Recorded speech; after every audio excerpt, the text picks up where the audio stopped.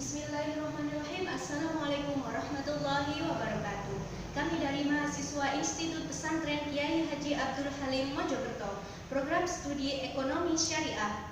Video ini dibuat untuk memenuhi tugas mata kuliah Manajemen Sumber Daya Insani dengan dosen pengampu Muhammad Mijtaba Mitra Zuwana MPD. Kami dari kelompok 3 yang terdiri dari 2 anggota yang masing-masing bekerja sama untuk memenuhi tugas kelompok ini. Jadi langsung saja, ini dia media video pemaparan dari kelompok kami.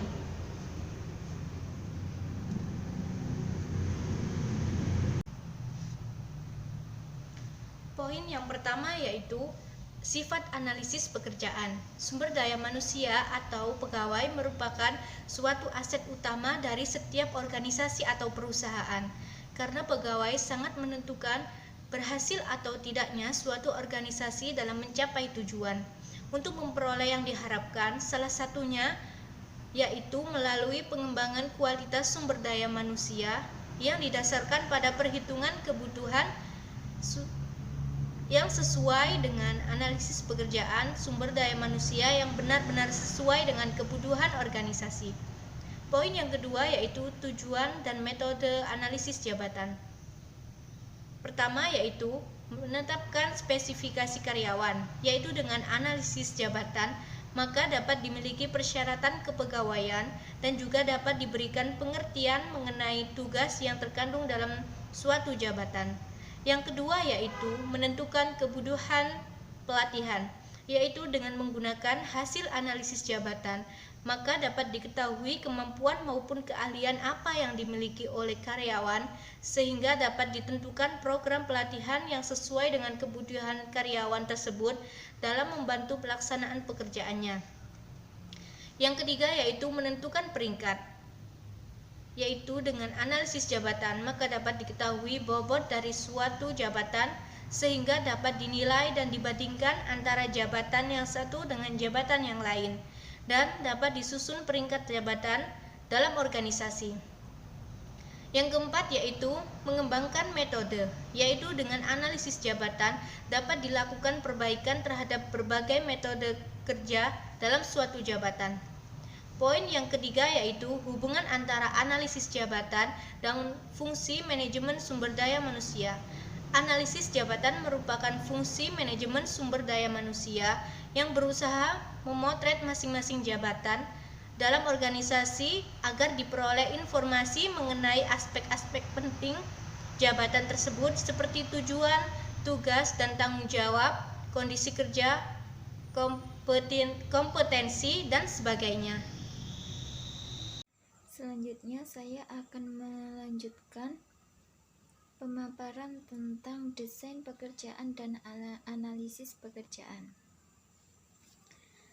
Sifat dari desain pekerjaan lebih luas daripada sifat analisis pekerjaan itu sendiri, karena desain pekerjaan memiliki tujuan utama, yaitu mencocokkan kebutuhan produktivitas organisasi dengan kebutuhan individu yang mengerjakan berbagai tugas. Kecenderungan saat ini, tujuan utama desain pekerjaan memberikan individu pekerjaan berarti yang cocok dan efektif dalam gerakan organisasi. Fokusnya mengubah, menyederhanakan, memperluas, memperkaya, atau membuat pekerjaan sedemikian rupa sehingga usaha setiap tenaga kerja lebih sejalan dengan pekerjaan lainnya. Sedangkan fokus untuk analisis pekerjaan itu lebih sempit daripada desain pekerjaan, yaitu sistem formal mengumpulkan data tentang apa yang dikerjakan orang dalam pekerjaan.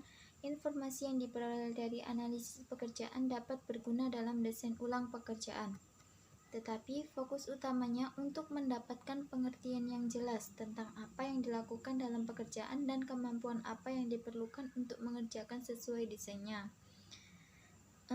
Dokumen menggambarkan elemen yang teridentifikasi selama analisis pekerjaan adalah uraian pekerjaan dan spesifikasi pekerjaan. Dan selanjutnya ada analisis kerja dan pendekatan kompetensi pada analisis kerja. Yang pertama, analisis kerja. Analisis kerja mempelajari jalannya pekerjaan, aktivitas, konteks, dan output pekerjaan. Analisis ini dapat dilaksanakan pada tingkat departemen, proses bisnis, atau individu.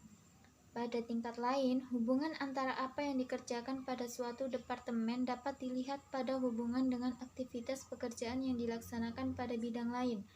Analisis kerja berdasarkan tugas berarti menganalisis pekerjaan berdasarkan apa yang dilakukan pada pekerjaan yang memfokuskan pada tugas dan tanggung jawab yang dilaksanakan pada pekerjaan. Tugas adalah aktivitas pekerjaan yang khusus dan dapat diidentifikasi, terdiri dari gerakan. Sedangkan untuk tanggung jawab itu sendiri, berarti segmen pekerjaan yang lebih besar terdiri dari beberapa tugas yang dilaksanakan seseorang, karena tugas dan tanggung jawab merupakan aktivitas dan tidak selalu mudah dan perlu untuk membedakannya. Tanggung jawab pekerjaan adalah kewajiban melakukan tugas tertentu. Usaha keras dilakukan untuk memperjelas apa yang secara spesifik dilakukan pada pekerjaan. Pengembangan uraian pekerjaan mengidentifikasi apa yang dikerjakan dan membuat daftar fungsi pekerjaan. Yang selanjutnya ada pendekatan kompetisi pada analisis kerja. Yang pertama ada kompetensi, berarti karakteristik dasar yang dapat dihubungkan dengan peningkatan kinerja individu atau tim. Jadi di sini setiap orang itu memiliki kompetensi yang beda-beda ya, keahlian yang beda-beda, dan itu bisa dijadikan sebagai patokan untuk pekerjaan sesuai dengan skill mereka masing-masing. Yang kedua ada perekrutan dan seleksi, yaitu petunjuk kesetaraan kesempatan bekerja membutuhkan analisis pekerjaan mantap dan komprehensif untuk validisasi kriteria pekerjaan dan seleksi. Tanpa investigasi dari pekerjaan, seorang pemberi pekerjaan dapat meminta syarat tidak spesifik yang berhubungan dengan pekerjaan. Yang ketiga, kompensasi. Informasi analisis pekerjaan dapat penting ketika menentukan kompensasi. Sebagai bagian identifikasi kompensasi yang sesuai, informasi analisis pekerjaan digunakan untuk menentukan isi pekerjaan untuk perbandingan internal tanggung jawab dan perbandingan eksternal dengan kompensasi yang diberikan organisasi lain. Yang keempat, pelatihan dan pengembangan. Dengan mendefinisikan aktivitas apa yang dijalankan pekerjaan, analisis pekerjaan membantu pengawas menjelaskan pekerjaan kepada karyawan baru. Dan yang terakhir ada penilaian kinerja. Dengan standar kinerja untuk membandingkan apa yang diharapkan dilakukan karyawan dengan apa yang sesungguhnya dikerjakan, pengawas dapat menentukan tingkat kinerja pegawai. Proses penilaian kinerja harus dikaitkan dengan uraian pekerjaan dan standar. Kesimpulannya adalah analisis pekerjaan adalah cara sistematis mengumpulkan dan menganalisis informasi tentang pekerjaan dan kebutuhan tentang manusia, serta konteks di mana pekerjaan dilaksanakan. Analisis pekerjaan biasanya melibatkan pengumpulan informasi karakteristik pekerjaan yang membedakan dengan pekerjaan lain. Dan analisis jabatan harus dilaksanakan dengan menganalisis aspek kegiatan pelaksanaan pekerjaan mengenai apa yang sebenarnya dikerjakan oleh pemangku jabatan, dan aspek persyaratan dari pemangku jabatan mengenai syarat-syarat yang harus dipenuhi oleh pemangku jabatan agar dapat melaksanakan tugas dan pekerjaannya dengan baik. Demikian presentasi dari kami. Apabila ada kekurangan kata maupun perbuatan, kami mohon maaf. Sekian dari kami. Wassalamualaikum warahmatullahi wabarakatuh.